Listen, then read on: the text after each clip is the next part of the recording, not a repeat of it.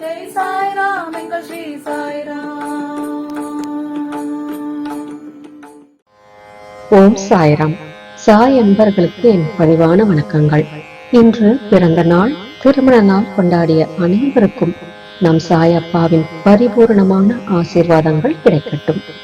நாம் துவங்கிய 48 நாட்கள் ஸ்ரீ சாய்நாத ஸ்தவன மஞ்சரி பாராயணத்தை இன்றுடன் நிறைவு செய்கிறோம். இத்தனை நாட்களாக என்னுடன் இணைந்து பாராயணம் செய்து வந்த அனைத்து சாய் அன்பர்களுக்கும் என் மனம் நிறைந்த நன்றிகளும் வாழ்த்துக்களும். நம் சாயப்பாவின் மலர்பாதங்களில் நாம் சமர்ப்பணம் செய்த எல்லா பிரார்த்தனைகளையும் நம் சாயப்பா நிச்சயமாக நிறைவேற்றி தருவார். அவருடைய அருளும் அனுகிரகமும் ஆசீர்வாதங்களும் இதை படிக்கும் கேட்கும் எல்லா சாய் அன்பர்களுக்கும் பரிபூர்ணமாக கிடைக்க வேண்டும் என்று மனதார பிரார்த்தனை செய்து கொண்டு 48ஆம் நாளான இன்று ஸ்ரீ சாய்நாத ஸ்தவன மஞ்சரி பாராயணத்தை நிறைவு செய்யலாம். ஓம் சாய்ராம். ஸ்ரீ சாய்நாத ஸ்தவன மஞ்சரி. ஸ்ரீ கணேசனை வணங்குகிறேன். எல்லாவற்றுக்கும் ஆதாரமானவனே, மயூரேஸ்வரா, எல்லாவற்றுக்கும் சாட்சியாக விளங்குபவனே, கௌரியின் மகனே, ஓ எண்ணங்களுக்கு எட்டாதவனே, திருத்த வைரனே, ஸ்ரீ கணபதி, என்னை காப்பாற்று. நீ எல்லா கணங்களுக்கும் முதல்வனும் தலைவனும் ஆவாய். எனவே உன்னை கணேசன் என்பார். எல்லா சாஸ்திரங்களாலும் ஏற்றுக்கொள்ளப்பட்டவன் நீ. ஓ சாரதா, வாக்கின் தெய்வமே, நீ ஒளி வடிவமாக பிறக்கும் பதங்களின் தலைவி. உன்னுடைய இருப்பினால் தான் உலகத்தில் எல்லா நிகழ்ச்சிகளும் நடக்கின்றன. நீ எழுத்தாளர்களின் தேவதை. நீ எப்பொழுதும் தேசத்தின் அணிகலனாக விளங்குகிறாய். உனது எல்லையற்ற சக்தி எல்லாவற்றிலும் விளங்குகிறது. ஓ ஜெகதம்பா, உன்னை வணங்குகின்றேன். ஓ பூர்ண பிரம்மா, தெய்வீக தோற்றத்தின் மிக உயர்ந்த இறுதி நிலையில் உள்ளவனே, மகான்களுக்கு பிரியமானவனே, குணங்களோடு கூடிய உருவம் எடுத்தவனே, பண்டரிராயா, கருணை கடலே, எல்லையற்ற கருணை உடையவனே, பாண்டுரங்கா, ஓ நரகரி, நீ எல்லாவற்றின் சூத்திரதாரி, எல்லாவற்றையும் ஆட்டுவிக்கும் கயிற்றை தாங்கியவன். நீ ஜெகமெங்கும் வியாபித்துள்ளாய். எல்லா சாஸ்திரங்களும் உன்னுடைய உண்மையான உருவத்தை பற்றி ஆராய்ச்சி செய்கின்றன. வெறும் புத்தக அறிவு மட்டுமே பெற்றவர்களுக்கு நீ காணப்படுவதில்லை. ஓ சக்கரபாணி, அத்தகைய அறிவியல்கள் யாவரும் வெறும் வாத பிரதிவாதங்களிலேயே உழல்கிறார்கள். மகான்கள் மட்டுமே உன்னை அறிகிறார்கள். மற்றவர்கள் குழப்பத்தில் மூழ்கியவர்களாக மயங்கியவர்களாக உள்ளார்கள்.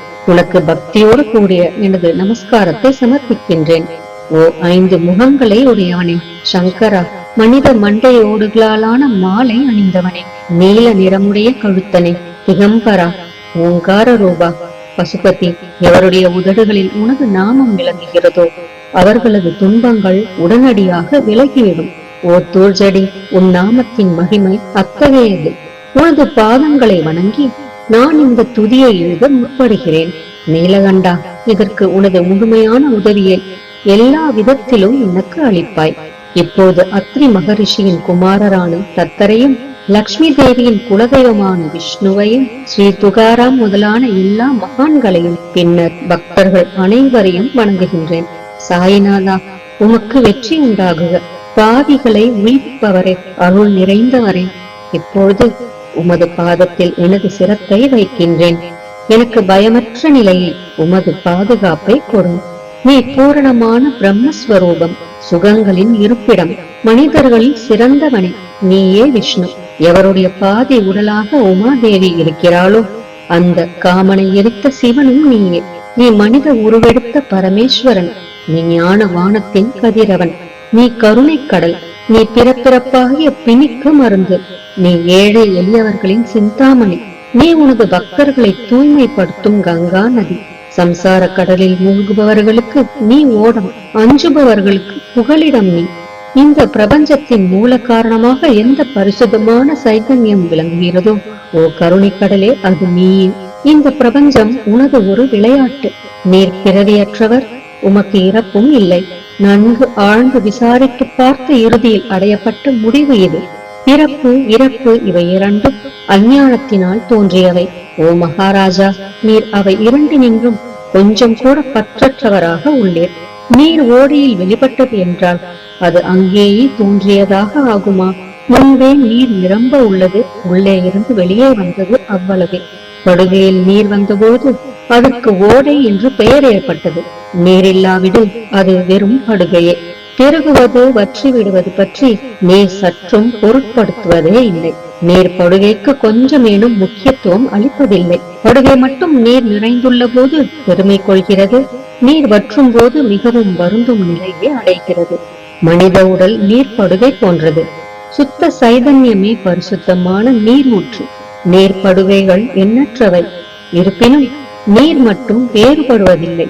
பிறப்பற்றவரான அருட்கடலே, உமது வஜ்ராயுதம் என் அஞ்ஞானமாகிய மலையை அடிக்கட்டும் என்று வேண்டுகின்றேன். இத்தகைய எண்ணற்ற தோற்றங்கள் இதுவரை பூமியில் ஏற்பட்டுள்ளன, இப்போதும் இருந்து வருகின்றன, காலகிரமத்தில் இனிமேலும் ஏற்பட போகின்றன. அந்த ஒவ்வொரு தோற்றத்துக்கும் ஒரு தனி பெயரும் குலமும் கிடைக்கிறது. அதன் மூலம் உலகத்தில் அவற்றை பிரித்தறிகிறார்கள். சைதன்யத்தை பொறுத்தவரை நான் நீ என்று கூறுவது பொருந்தாது. இருமை என்பதே எங்கு இருப்பதற்கு இடம் இல்லையோ அதே உண்மையில் சைதன்யம் எனப்படுவது. மேலும் உண்மையில் சைதன்யம் பிரபஞ்சம் முழுவதையும் வியாபித்து உள்ளது.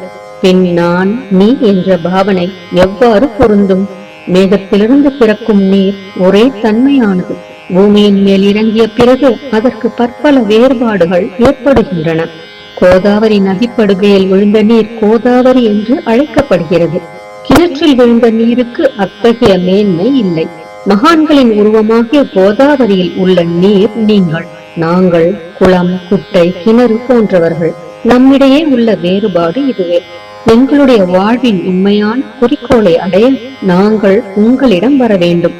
எப்பொழுதும் கரம் கூப்பி உங்களை சரணடைய வேண்டும். ஏனெனில் நீங்கள் புனிதத்தின் உறைவிடம். கோதாவரி நதிக்கு பாத்திரத்தினால் படுகையினால் புனிதம் ஏற்பட்டது. வெறும் நீரை மட்டுமே நோக்குவோமாகில் அது எங்கும் ஒரே விதமானது. கோதாவரி நதிப்படுகை புனிதம் வாய்ந்ததென்பது தீர்மானிக்கப்பட்ட உண்மை. அதனை தீர்மானிப்பதற்கு பூமியின் நல்ல தன்மை, தீயத்தன்மை ஆகியவையே உதவி செய்கின்றன என்பதை நோக்கவும். மேகத்தினின்று வந்த நீரின் புனிதத்தை எந்த பூமி பாகம் மாற்றவில்லையோ அந்த பாகத்தை சாஸ்திரம் அறிந்தவர்கள் கோதா என்று அழைத்தார்கள். மற்ற இடங்களில் விழுந்த நீர் அந்தந்த மண்ணின் குணத்தை ஏற்றுக்கொண்டது. தோற்றத்தின் போது இனிமையாயிருந்த நீர் அசுத்தமாகவும் கசப்பாகவும் உப்பாகவும் ஆயிற்று. அவ்வாறே ஓ குருநாதா, எந்த சரீரத்தில் 6 வைரிகளின் மாசு ஏற்படவில்லையோ அந்த புனிதமான சரீரத்திற்கு மகான் என்ற பெயர் பொருந்தும். எனவே மேன்மையும் புனிதமும் பொருந்திய மகான்களை அந்த கோதாவரி என்றே கூறுகின்றேன். எல்லா ஜீவர்களிலும் உங்களது தகுதி மிகச் சிறந்ததாக உள்ளது. பிரபஞ்சத்தின் ஆரம்ப காலத்திலிருந்தே கோதாவரி ஏற்பட்டு உள்ளது. நீரும் முழுமையாக நிரம்பி உள்ளது. இன்று வரை அதற்கு குறைவு ஏற்படவில்லை. ராவணனுடைய வயிறு கோதாவரியின் கரைக்கு வந்தபோது இருந்த அதே நீர் இன்று வரை எவ்வாறு இருக்கும் என்று பாருங்கள். படுகை மட்டும் அதே. நீர் கடலை அடைந்தது. நீர் படுகையின் புனிதத்தன்மை மட்டும் இன்று வரை நிரந்தரமாக உள்ளது. ஒவ்வொரு ஆண்டும் பழைய நீர் சென்று புதிய நீர் படுகையின் உள்ளே வருகிறது. பாபா அதே நியாயம் உங்களுக்கும் பொருந்தும். ஒவ்வொரு நூற்றாண்டும் ஓராண்டை போலவும் அந்த நூற்றாண்டில் தோன்றிய சாதுக்கள் நீரை போலவும் அவர்களுள் மிக பெரிய மகான்கள் அலைகள் போலவும் உவமிக்கப்படுகிறார்கள். இந்த மகான்களின் உருவமாகிய கோதாவரியில் முதல் ஆண்டில் சனதர், சனகர், சனந்தனர் முதலியோரின் வெள்ளம் ஏற்பட்டது.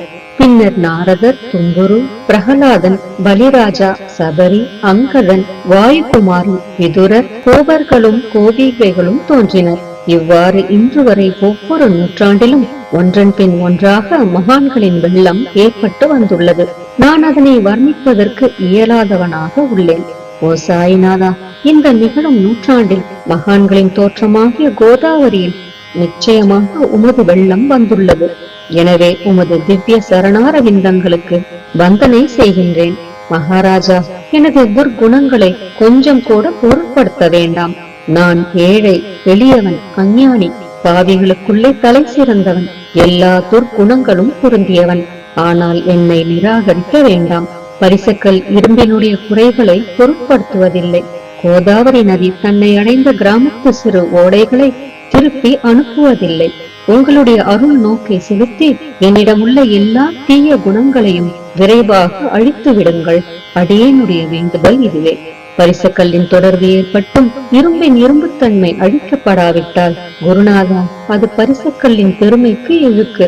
என்னை பாவியாகவே இருக்கும்படி வைக்காதே. தாங்கள் தாழ்வும் அடைய வேண்டாம். நீங்கள் பரிசுக்கள், நான் எறும்பு. எனது அவமானம் உமதே என்பதை பாருங்கள். குழந்தை எப்பொழுதும் தவறுகள் செய்கிறது, ஆனால் தாய் சினம் கொள்வதில்லை. இதை நினைவில் கொண்டு எனக்கு உங்கள் அருளாகிய பிரசாதத்தை அளிப்பீராக. ஓ சத்குரு சாய்நாதா, நீயே எனது கற்பகத்தரு. சம்சார சாகரத்தை கடக்க உதவும் சிறந்த படகு நிச்சயமாக நீயே. நீயே காமதேனு, சிந்தாமணி. நீ ஞான வானத்தின் கதிரவன். நீ நற்குணங்களின் பெரும் சுரங்கம். சொர்க்கத்திற்கு செல்ல உதவும் படிகளும் நீயே. ஓ புண்ணியங்களின் இருப்பிடமே, சுத்திகரிப்பவரில் சிறந்தவரே. ஓ சாந்தமூர்த்தியே, ஆனந்தத்தின் உறைவிடமே, பிரம்மஸ்வரூபா, பரிபூரணனே, வேறுபாடு அற்றவனே, ஞானக்கடலே, ஓ ஞானத்தின் உருவமே, மனிதர்களில் சிறந்தவனே, பொறுமை சாந்தி ஆகியவற்றின் உறைவிடமே, பக்தர்களின் இளைப்பாறும் இடமே, என்பால் மகிழ்வு நிறைந்த உன் அருள் நோக்கை செலுத்து. சத்குரு மச்சிந்திரரும் நீயே, மகாத்மா ஜாலந்தரரும் நீயே. நீயே நிவர்த்திநாதரும் ஞானேஸ்வரரும் ஆவாய். கபீர், ஷேக் முகமது, இயேசுநாதர் ஆகியோரும் நீயே. நீயே போதலாவும் சாவதாமாலியும், உண்மையில் ராமதாசரும் நீயே. சாய்நாதா, நீயே துகாரம், சகாராம் மகாராஜும் மாணிக்க பிரபுவும் நீயே. உமது இந்த அவதாரம் உண்மையில் அறிய முடியாத விதமாக உள்ளது. தங்களுடைய ஜாதியை பற்றி எவரும் அறிந்து கொள்ளும்படி தாங்கள் விடவில்லை. சிலர் உங்களை முஸ்லிம் என்கின்றனர், சிலர் அந்தனர் என்கின்றனர். கிருஷ்ணனுக்கு சமமான லீலைகளை தாங்கள் செய்கிறீர்கள். ஸ்ரீ கிருஷ்ணரை பார்த்து பலரும் பலவிதமாக பேசினர். சிலர் எதுகுலத்து அரிய ஆபரணம் என்றனர், சிலர் இடையன் என்றனர். யசோதை மென்மையான குழந்தை என்றாள். கம்சன் மகா காலன் என்றான். உத்தவர் அன்பு வடிவானவன் என்றார். அர்ஜுனன் பூர்ண ஞானி என்றான். அவ்வாறே தங்களை பற்றியும் தத்தமது மனதில் நிச்சயப்படுத்தியதற்கு தக்கபடி அவரவர்கள் அழைக்கின்றனர். மசூதி உங்களது இருப்பிடம். உமது காதுகள் குத்தி இருக்கப்படவில்லை. உங்களது பாதியா சரங்கையும் பார்த்துவிட்டு உங்களை முஸ்லிம் என்று கூறுவது பொருத்தமாகவே உள்ளது. அவ்வாறே கருணை வடிவான உமது அக்னி வழிபாட்டை பார்த்து நீங்கள் இன்றுதான் என்று எங்கள் மனதில் நிச்சயம் ஏற்பட்டது. ஆனால் வெளி விவகாரங்களில் உள்ள இத்தகைய வேறுபாடுகளை தர்க்கவாதிகளே விரும்புவார்கள். உண்மையான ஞானத்தில் ஆர்வமுள்ள பக்தர்கள் அவற்றுக்கு முக்கியத்துவம் அளிக்க மாட்டார்கள். நீங்கள் பிரம்மத்தின் நிலையில் விளங்குகிறீர்கள். உங்களுக்கு ஜாதியும் கோத்திரமும் இல்லை. நீர் எல்லோருக்கும் குருமூர்த்தியாகவும் ஆதி காரணமாகவும் உள்ளீர். முஸ்லிம் இந்துக்களிடையே பகைமை ஏற்பட்டதால் அவர்களை ஒற்றுமைப்படுத்துவதற்காக மசூதி அக்னி இரண்டையும் ஏற்று பக்தர்களுக்கு உங்கள் லீலையை காட்டினீர்கள். தாங்கள் ஜாதி மதங்களுக்கு அப்பாற்பட்டவர். நீங்கள் பிரம்மமே. உண்மையில் நீங்கள் அது தத்துவமசி. நீங்கள் உண்மையில் தர்க்கங்களுக்கு அப்பாற்பட்டவர். உங்கள் முன்னால் எவ்வளவோ தர்க்க விதர்க்கங்கள் நிகழ்ந்தன. அங்கே எனக்கு சாதாரண மொழிகள் எப்படி ஏற்படும்? ஆனால் உங்களை பார்க்கும் போது என்னால் மௌனமாக இருக்க முடியவில்லை. துதி செய்வதற்கு உலக வழக்கில் பதங்களே சாதனமாக உள்ளன. எனவே உங்கள் அருளாசியுடன் பதங்களால் என்னென்ன வர்ணனைகள் ஏற்படுகின்றனவோ அவற்றை எப்பொழுதும் செய்வேன். மகான்களின் தகுதி கடவுளின் தகுதியை விட வேறுபட்டதும் மிக உயர்ந்ததும் ஆகும். சாதுக்களின் அருகில் எனது உனது என்ற வேறுபாடுகளுக்கு சிறிதேனும் இடமில்லை. ஹிரண்ய கசிபுவுக்கும் ராவணனுக்கும் கடவுளை வெறுத்ததன் மூலம் மரணம் ஏற்பட்டது. இத்தகைய சம்பவம் ஒன்று கூட மகான்களின் கரத்தால் நிகழவில்லை. அரசன் கோபிச்சந்தன் ஜாலந்தரரை சாண குவியலில் புதைத்தான்.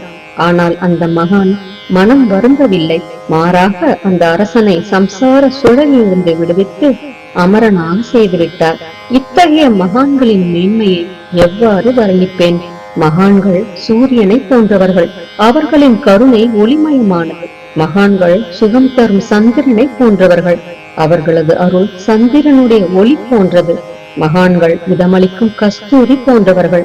அவர்களின் அருள் அதன் நறுமணம் போன்றது. மகான்கள் ரசம் நிரம்பிய கரும்பு போன்றவர்கள். அவர்களது அருள் அதன் இன்சுவை போன்றது.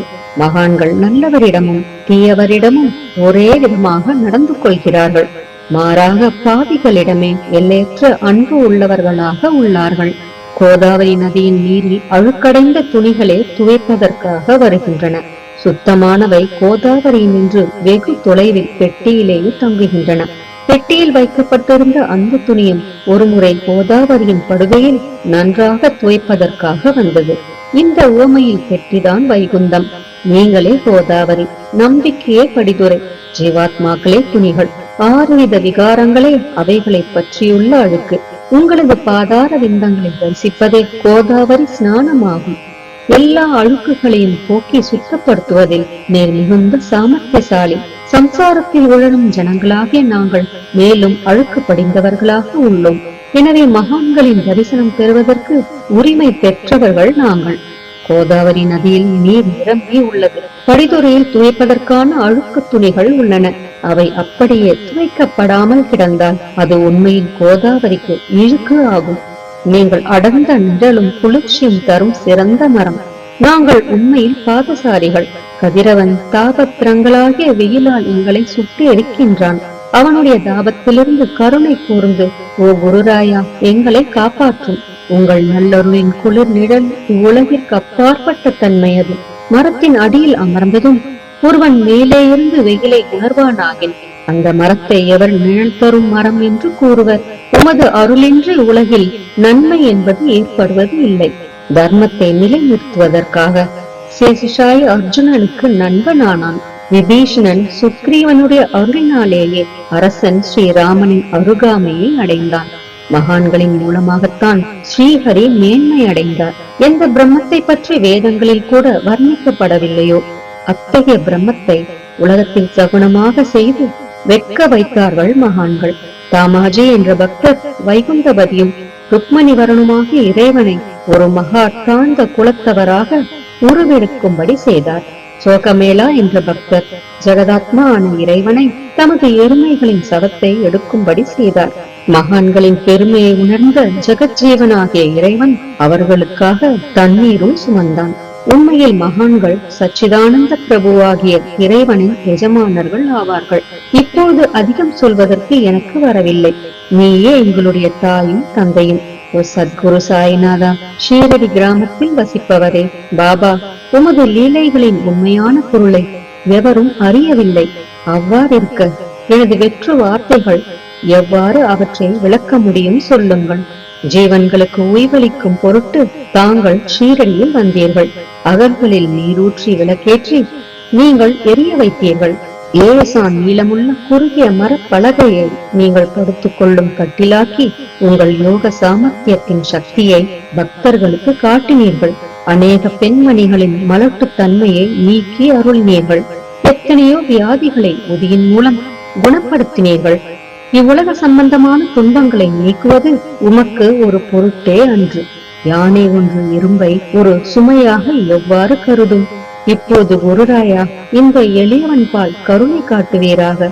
நான் உமது பாதங்களை அண்டியுள்ளேன். என்னை திருப்பி அனுப்பிவிடாதீர்கள். நீர் அரசருக்கெல்லாம் அரசர், குபேரனுக்கும் குபேரர், வைத்தியருக்கெல்லாம் வைத்தியர். உங்களை விட சிறந்தவர் எவரும் இல்லர். மற்ற தெய்வங்களை பூஜிப்பதற்கு அதற்கு தகுந்த சிறப்பு உபகரணங்கள் உள்ளன. ஆனால் உம்மை பூஜிப்பதற்கு உலகில் பொருட்களே இல்லை. சூரியனுடைய இல்லத்தில் தீபாவளி பண்டிகை வந்ததென்றால் எப்பேற்பட்ட பொருட்களை கொண்டு அதை கொண்டாடுவோம். சமுத்திரத்தின் தாகத்தை தீர்க்க இந்த புவியிடத்தில் நீர் இல்லை. நெருப்பை உஷ்ணப்படுத்த எங்கிருந்து அக்னி கொண்டு வருவது? ஓ ஸ்ரீ சமர்த்தா குருராயா, பூஜைக்குரிய பொருட்கள் யாவும் உண்மையில் உமது ஆத்மாவின் அம்சமாய் உள்ளன. மேற்கூறப்பட்டவையெல்லாம் தத்வருஷ்டியால் கூறப்பட்ட பேச்சுக்களே அன்றி என் மனதில் அனுபவத்தால் ஏற்பட்டவை அன்று. அனுபவம் இன்றி கூறப்படும் பதஜாலங்கள் வீணே ஆகும். போகட்டும். உலக வழக்கத்தின்படி உமக்கு நான் பூஜை செய்யலாம் என்றால் அதனை செய்வதற்கு தேவையான திறமை எனக்கு இல்லை எனது குருநாதா. பலவித கற்பனைகள் செய்து உமக்கு பூஜை செய்கிறேன். அருள் மிகுந்தவரே, அடியனுடைய அத்தகைய பூஜையை ஏற்றுக்கொள்வீராக. இப்போது அன்பு கண்ணீரால் உமது பாதங்களை கழுவுகின்றேன். உண்மையான பக்தியாகிய சந்தனத்தை அரைத்து உமக்கு பூசுகின்றேன். எனது அழகிய பதங்களாகிய இந்த கவனியை உமக்கு அணிவிக்கின்றேன். பிரேமை என்ற மலராகிய மாலையை உமது கழுத்தில் அணிவிக்கின்றேன். எனது துர்க்குணங்களாகிய தூபத்தை உமக்கு முன்பு எரிய விடுகின்றேன். அது மிக தீய பொருளாயினும் அது நின்று தீய வாசனை எழுவதில்லை. சத்குருவுக்கு முன்பு அன்றி வேறு எங்கெங்கு தூபம் எரிவிடப்படுகிறதோ அங்கெல்லாம் தூப பொருளுக்கு ஏற்படும் நிலை வருமாறு தூப திரவியத்திற்கு அக்னியின் ஸ்பரிசம் ஏற்பட்ட மாத்திரத்தில் அதனது நறுமணம் என்ற நல்ல குணம் அதனை விட்டுவிட்டு சென்று விடுகிறது. உமது எதிரே இதற்கு மாறாக நிகழ்கிறது. தீய தன்மைகள் அக்னியில் எரிந்து விடுகின்றன. உலகம் பார்த்து மகிழும்படி சத்குணம் எவ்வித குறைவுமின்றி தங்கிவிடுகிறது. மனிதனுடைய தீய குணங்கள் யாவும் எரிந்த பின் மனம் மாசற்றதாகிறது. கங்கையிலுள்ள மாசுகள் நீங்கியவுடன் அவள் இயல்பாகவே புனிதமடைகின்றாள். மாயை மோகம் என்ற தீபத்தை உமக்கு சுற்றுகின்றேன். அதன் மூலம் எனக்கு வைராக்கியம் என்ற ஒளி கிடைக்கும். உனக்கு அமர்வதற்கு சுத்தமான நம்பிக்கை என்ற சிம்மாசனத்தை அளிக்கின்றேன். அதனை ஏற்று பக்தி என்ற நைவேத்தியத்தையும் எடுத்துக் கொள்வாயாக. பக்தி நைவேத்தியத்தை நீ உண்டுவிட்டு அதனது ரசத்தை எனக்கு கொடு. ஏனெனில் நான் உமது பச்சிலும் குழந்தை. உனது பாலில் எனக்கு உரிமை உண்டு. எனது மனதை உமக்கு தட்சணையாக அர்ப்பணிக்கின்றேன். அதனால் கர்த்தத்துவம் என்பது எந்த விதத்திலும் என்னிடம் இருக்காது. இப்போது பிரார்த்தனையோடு உனக்கு சாஷ்டாங்க நமஸ்காரம் செய்கின்றேன். ஓ புண்ணிய ஸ்லோகா சாய்நாதா, அதனை தாங்கள் ஏற்றுக்கொள்வீராக. பிரார்த்தனாஷ்டகம். சாந்தமான மனமுடையவரே, சிறந்த அறிவுடையவரே, சாய்நாதா, அருள் நிறைந்தவரே, கருணை கடலே, சத்திய ஸ்வரூபமானவரே, மாயையாகிய இருளை அழிப்பவரே, ஜாதி மதங்களுக்கு அப்பாற்பட்டவரே, சாதனையின் முடிவை அடைந்தவரே, எண்ணங்களுக்கு அப்பாற்பட்டவரே, கருணைக்கு உறைவிடமே, ஷீரடி கிராமத்தில் உறைபவரே, ஓ சாயிநாதா, என்னை காப்பாற்றும், என்னை காப்பாற்றும். ஞானமாகிய கதிரவனே, ஞானத்தை அளிப்பவரே, எல்லாவித நன்மைகளையும் செய்பவரே, பக்தர்களின் இதயத்தில் உழவும் அன்னமே, உமது பாதங்களை அடைந்தவரை காப்பவரே, சிருஷ்டி செய்யும் பிரம்மா நீ, காக்கும் தெய்வமான லட்சுமியின் கணவன் விஷ்ணுவும் நீயே, உண்மையில் உலகங்களையும் லயமடைய செய்யும் ருத்ரனும் நீயே. நீர் இல்லாத இடம் இவ்வுலகத்தில் எங்கும் இல்லை. சாய்நாதா, நீர் எல்லாம் அறிபவர், எல்லோரின் இதயத்திலும் உறைபவர். எனது எல்லா குற்றங்களையும் மன்னிக்க வேண்டுமென்று வேண்டுகின்றேன். பக்தியின்மை, சந்தேகங்கள் போன்ற அலைகளை விரைவில் நீக்குவீராக. நீர் பசு, நான் பச்சிலங்கன்று. நீர் சந்திரன், நான் சந்திரகாந்தக்கல். உங்கள் பாதங்கள் கங்கா நதியின் சொரூபமானவை. அவற்றை நான் பக்தியோடு வணங்குகின்றேன். இப்பொழுது உமது அடைக்கலம் அளிக்கும் அருள்மயமான கரங்களை எனது சிரத்தின் மேல் வைப்பீராக. எனது வருத்தங்களையும் கவலைகளையும் நீக்குவீராக. இந்த கணு தங்கள் பணியாளன். இந்த பிரார்த்தனாஷ்டகத்தை கூறி நான் சாஷ்டாங்க நமஸ்காரம் செய்கின்றேன். எனது பாவங்களையும் துன்பங்களையும் ஏழ்மையையும் உடனடியாக நீக்குவீராக. நீர் பசு, நான் கன்று. நீர் தாய், நான் குழந்தை. என் விஷயத்தில் மனதில் கடினம் கொள்ள வேண்டாம். நீர் மலையகிரியில் உள்ள சந்தன மரம், நான் முள்ளடர்ந்த புதர். நீர் புனிதமான கோதாவரி நீர், நான் பெரும் பாவி. ஓ குருராயா, உமது தரிசனம் ஏற்பட்ட பிறகும் என்னிடத்தில் உள்ள துர்க்குணம் என்ற மாசு அவ்வாறே தங்கி இருக்குமாகில் உம்மை சந்தனம் என்று எவர் கூறுவர்? கஸ்தூரியின் அண்மையை அடைந்த மண்ணும் உயர்வாக மதிக்கப்படுகிறது. மலர்களின் அண்மையால் நாரும் தலையில் உயர்ந்த இடத்தை பெறுகிறது. மகான்களின் தன்மையும் இத்தகையது. அவர்கள் எந்தெந்த பொருட்களை ஏற்றுக்கொள்கிறார்களோ அவற்றை உயர்ந்த நிலைகளில் அடைவிக்கிறார்கள். சிவபெருமான் விபூதி, கோவணம், நந்தி ஆகியவற்றை ஏற்றுக்கொண்டதால் எல்லா திக்குகளிலும் அந்த பொருட்களுக்கு மிகவும் மதிப்பு ஏற்பட்டுள்ளது. இடையர்களை மகிழ்விக்கும் பொருட்டு பிருந்தாவனத்திலும் யமுனை நதிக்கரையிலும் ஜகத்துக்கெல்லாம் இறைவனானவன் கைகாலா என்ற விளையாட்டை விளையாடினான். ஞானிகள் அவ்விளையாட்டையும் உயர்வாக மதிக்கிறார்கள். அவ்வாறே நான் துராசாரி ஆயினும் உம்மை அடைந்துள்ளேன். ஓ குருராயா, எனவே இதை பற்றி உம் உள்ளத்தில் எண்ணி பாரும். ஓ குருராயா, ஈகத்திலும் பரத்திலும் எந்தெந்த பொருட்களை சுகமென்று என் மனம் சந்தேகமர கருதுகின்றதோ அவற்றையெல்லாம் நிறைவேற்ற வேண்டும். உமது கருணையினால் இவ்வாறு செய்துவிடும். எனது மனதை அடக்கிவிடும். சமுதிரத்தை இனிமையாக செய்துவிட்டால் பிறகு உப்புத்தன்மையை பற்றிய பயம் இல்லை. சமுதிரத்தை இணையதாக்கும் சக்தி உண்மையில் உமக்கு உண்டு. எனவே தாஸ்கனுவின் இந்த வேண்டுதலை நிறைவேற்றுவீர். என்னிடம் என்னென்ன குறைகள் உள்ளனவோ அவை அனைத்தும் உமதே. சித்தருக்கெல்லாம் அரசனான உமக்கு குறை என்பது பொருந்தாது. இப்போது அதிகமாக சொல்வது எதற்காக? நீரே எனக்கு ஆதாரம். தாயினுடைய இடுப்பிலுள்ள குழந்தை இயல்பாகவே பயமற்று இருக்கிறது.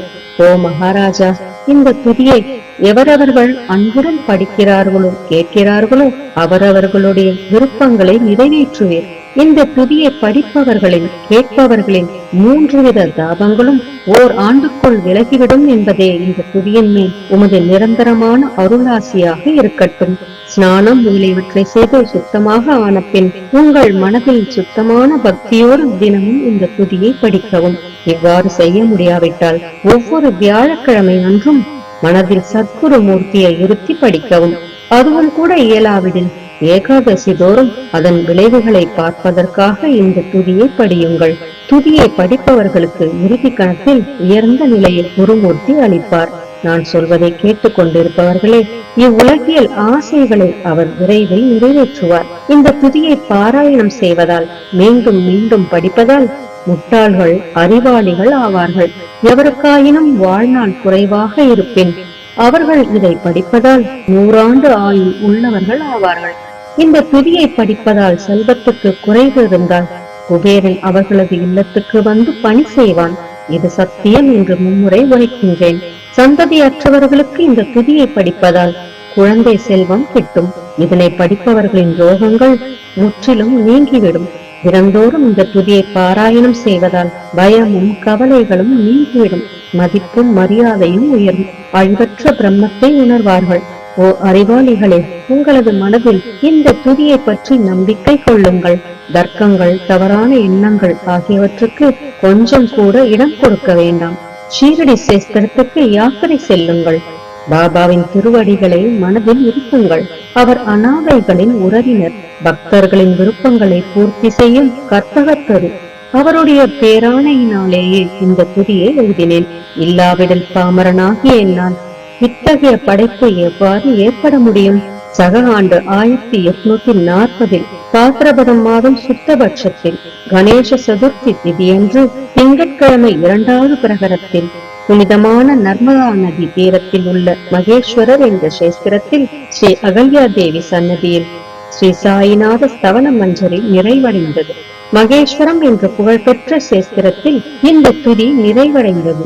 ஸ்ரீ சாய்நாதர் என் மனதில் புகுந்து ஒவ்வொரு பதத்தையும் என்னை கூற வைத்தார். தாமோதரன் என்ற சீடன் இந்த துதியை எழுதினான். தாஸ்கனுவாகிய நான் எல்லா மகான்களுக்கும் பணியாள். ஸ்ரீ சாய்நாத ஸ்தவன மஞ்சரி சம்சார சாகரத்தை கடக்க உதவட்டும். ஓ பாண்டுரங்கா, இதுவே தாஸ்கனுவின் பக்தி மிகுந்த பிரார்த்தனை. மங்களம் மங்களம் சுபமங்கலம். ஜெய் ஜெய் சாயம். நம் சாயப்பாவின் பரிபூரணமான ஆசீர்வாதங்கள் அனைவருக்கும் கிடைக்க வேண்டும் என்று நான் மனதார பிரார்த்தனை செய்கிறேன். அனைவரும் எல்லா நலன்களையும் பெற்று மிகவும் சிறப்பான, மகிழ்ச்சியான, நிம்மதியான, ஆரோக்கியமான வாழ்க்கை வாழ நம் சாயப்பா நம் அனைவரையும் ஆசீர்வதிக்கட்டும். ஜெய் ஜெய் சாய்ராம். ஜெய் சாய்ராம், ஜெய ஸ்ரீ சாய்ராம். ஜெய் சாய்ராம், எங்கள் ஸ்ரீ சாய்ராம். ஜெய் சாய்ராம், ஜெய ஸ்ரீ சாய்ராம். ஜெய் சாய்